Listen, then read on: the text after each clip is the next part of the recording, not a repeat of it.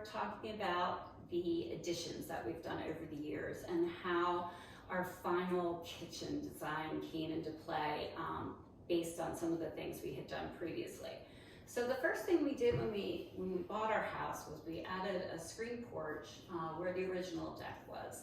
So our screen porch was done. We had these nice French doors going into it.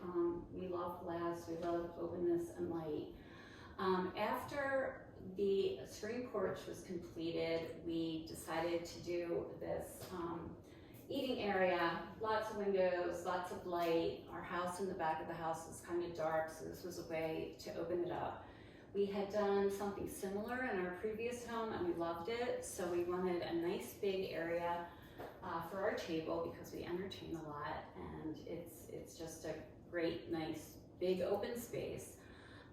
So the original wall of the house ran across here, and we had a window here that we took out to get into this eating area.